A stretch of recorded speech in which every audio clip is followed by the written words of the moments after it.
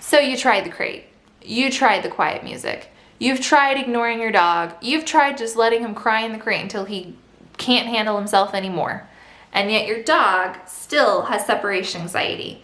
Here's why and how to fix it. What's up, guys? I'm Jenna with Dog Liaison Training, your evidence-based trainer to help you better communicate with your dog. Today we are talking about separation anxiety, and not just any old-fashioned separation anxiety. True, chronic, pull your hair out, crying separation anxiety. Today we are going to talk about what your dog is experiencing, why he feels the way he feels, and how we start to fix it.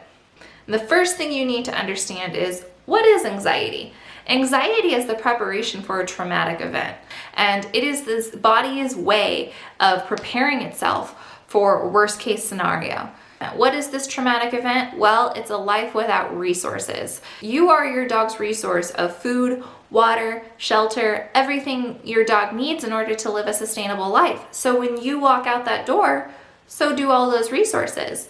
And that's why your dog is preparing himself for such a horrible event. In his mind, he's conceiving a life where he doesn't know where he's going to sleep. He doesn't know where he's going to eat. He doesn't know where he's going to drink, because you have just walked out the door and you provided all of those things.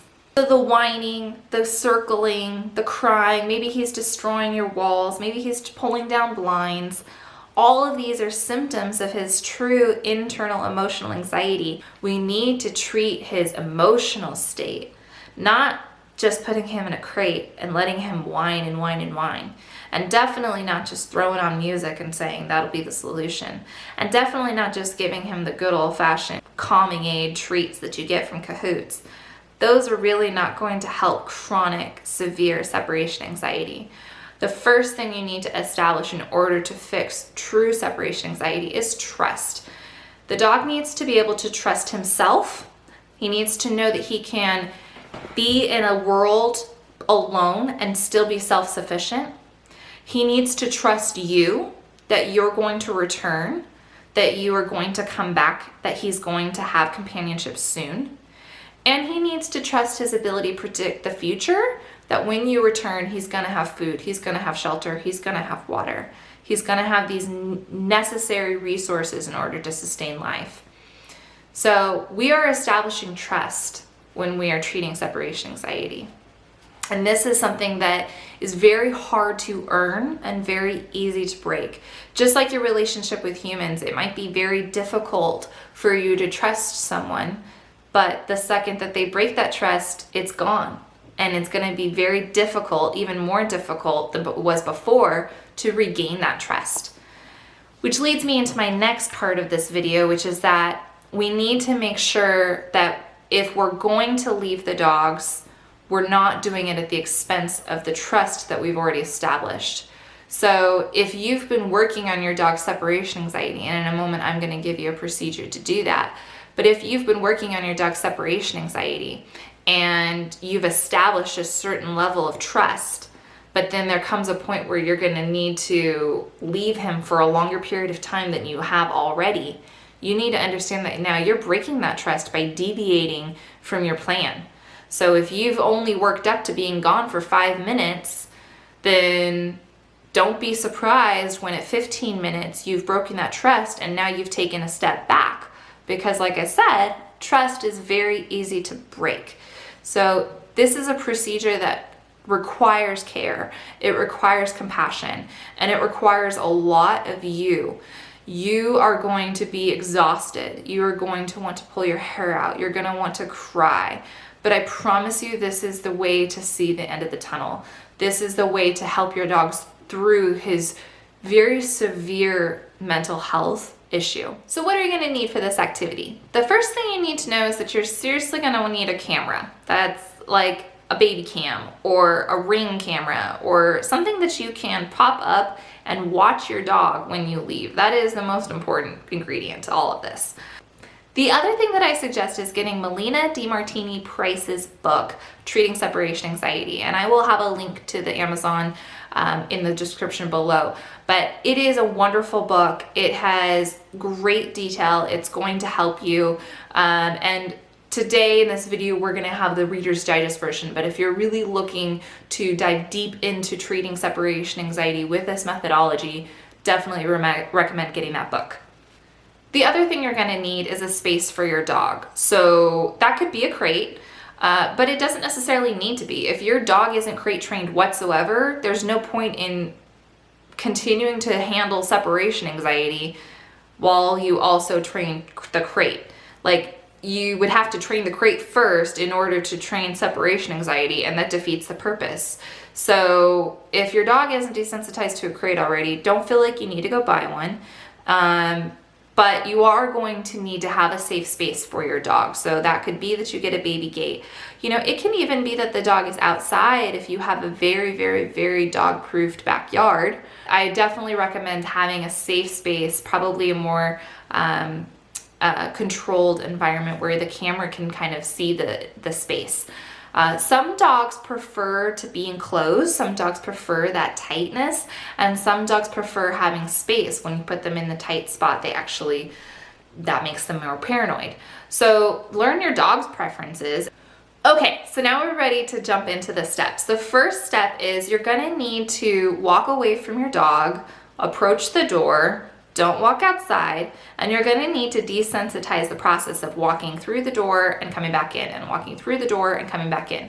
And it's really important that you are observing your dog's body language here. So this is not just a matter of you doing it over and over and over and over and over again so that your dog can predict. That's part of it, but that's really a minimal part of it. The real part of it is that you're looking for, where does the dog start building in anticipation of the anxiety? So that could be that maybe he's staring at you intently as you leave. Or maybe that could be that he holds his breath. Or maybe it could be that he starts circling around you as you're packing up and getting ready to go. Or maybe it's that he is completely ignoring you all the way up until he sees you grab your keys. The second you grab your keys, now he's stressing. So you're gonna need to desensitize all of those preliminary signals to your dog that he is about to be left alone.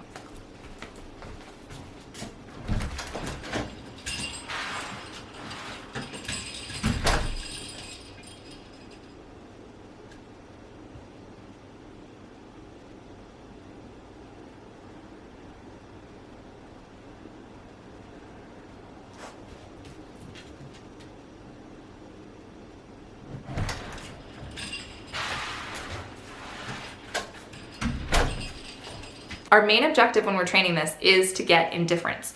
You want to make sure that your dog is careless a little. Maybe he's a little whimsy. He's seeing you leave and he's like, yeah, so what? It's not that he's giving you straight on focus and being obedient. It's not even that he's completely ignoring you and running off to the corner and hiding. It's that it doesn't matter. It's not making an effect on his behavior whatsoever. That is true for when you leave, and it's also true for when you return. So when you come back through that door, that indifference should stay the same. If all of a sudden your dog starts doing the zoomies around you and is becoming more excitable, then likely you've gone too long. Even if that meant that you just literally were gone for 2 seconds and you were stepped outside the door and you came right back in, clearly those 2 seconds were too hard because he's now excitable at the door. It's not that you're looking for completely stress-free right out of the gate. It's normal to see the dogs observe you. It's normal to see the dogs maybe get a little cautious. We're looking for the eruption. We're looking for the build up to the eruption, okay? So maybe he is watching you, but then he disengages pretty quickly, as opposed to him watching you and tightening up more and tightening up more, and now he's pacing, and now he's pacing, and he's sniffing obnoxiously, and he's sniffing, and he's looking, and he's scanning. Those are all signs that you've gone too long. Great.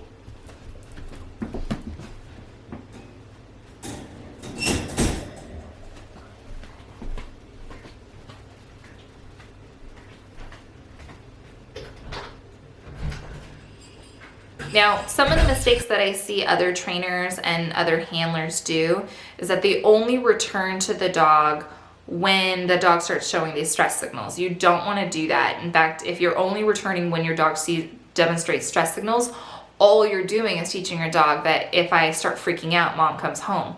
So we want to make sure that you're returning at a designated time limit. So what that means is if you walk out the door, you know already in your head, I'm only gonna be outside for 3 seconds. I'm gonna count 1, 2, 3, and I'm gonna come right back in. And if he does well with 3 seconds, cool. Then we go move on to 5. Then we move on to 15. Then we move on to 30. Then we move on to a whole minute. Then we move on to 2 minutes, right? But be careful, because even though we are progressing our time, obviously that's the objective, you cannot progress linearly. So what that means is you don't want to every single step increase the time limit. If you are increasing the time limit at every single step, your dog will start to predict that it's getting more challenging. He is going to start to predict that this is getting more difficult. Mom's gonna start to be gone 15 minutes again. She's gonna start to be gone for 45 minutes again. And then you're likely to actually backpedal. You're actually likely to get the dog to regress dramatically, and he's less likely to want to progress after that. So what that really means is, yes, our main objective is to increase time over time, but if you were to look at it on a scale, it might start off with 3 seconds and then go to 5 seconds and then come back down to 2 seconds and then go to 10 seconds and then come back down to 5 seconds and then to 15 and then to 7 and then to 11 and then to 20 and then to 18 seconds, right? And so it actually is going to look like this. Okay, so it's kind of like bouncing. And you're still progressing, but you're not progressing in a straight line. You're doing a little bit of a bounce. Okay? And you need to anticipate that you must structure it that way, because the dogs are not going to want you to structure it in a straight line. They're going to want you to do the bounce. So it's important that you know that ahead of time and you intentionally set it up that way. Always have in your mind what your PR is. That's your personal record.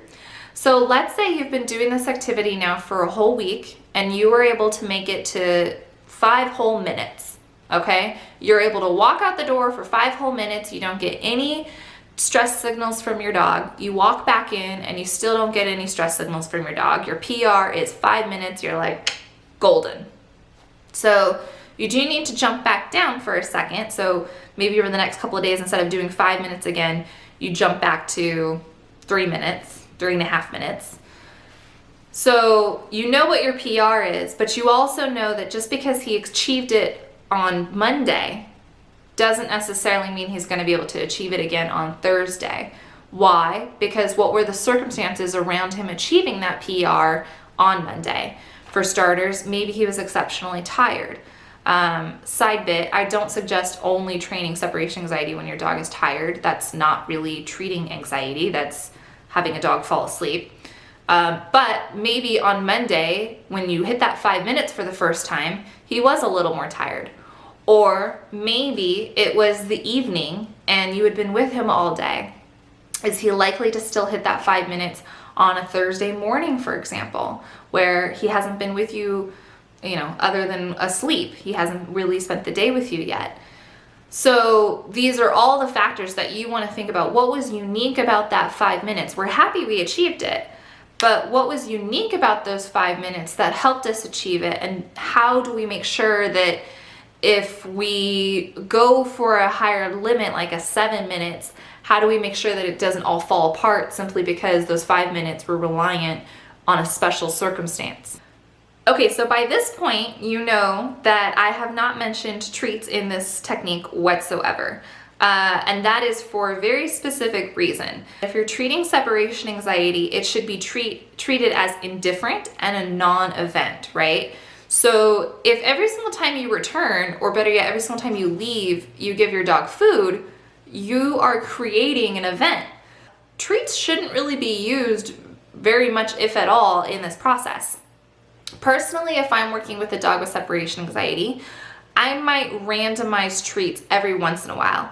So every given 7 rounds, I might come home and very absentmindedly drop a Cheerio. I'm not making a big fuss of it.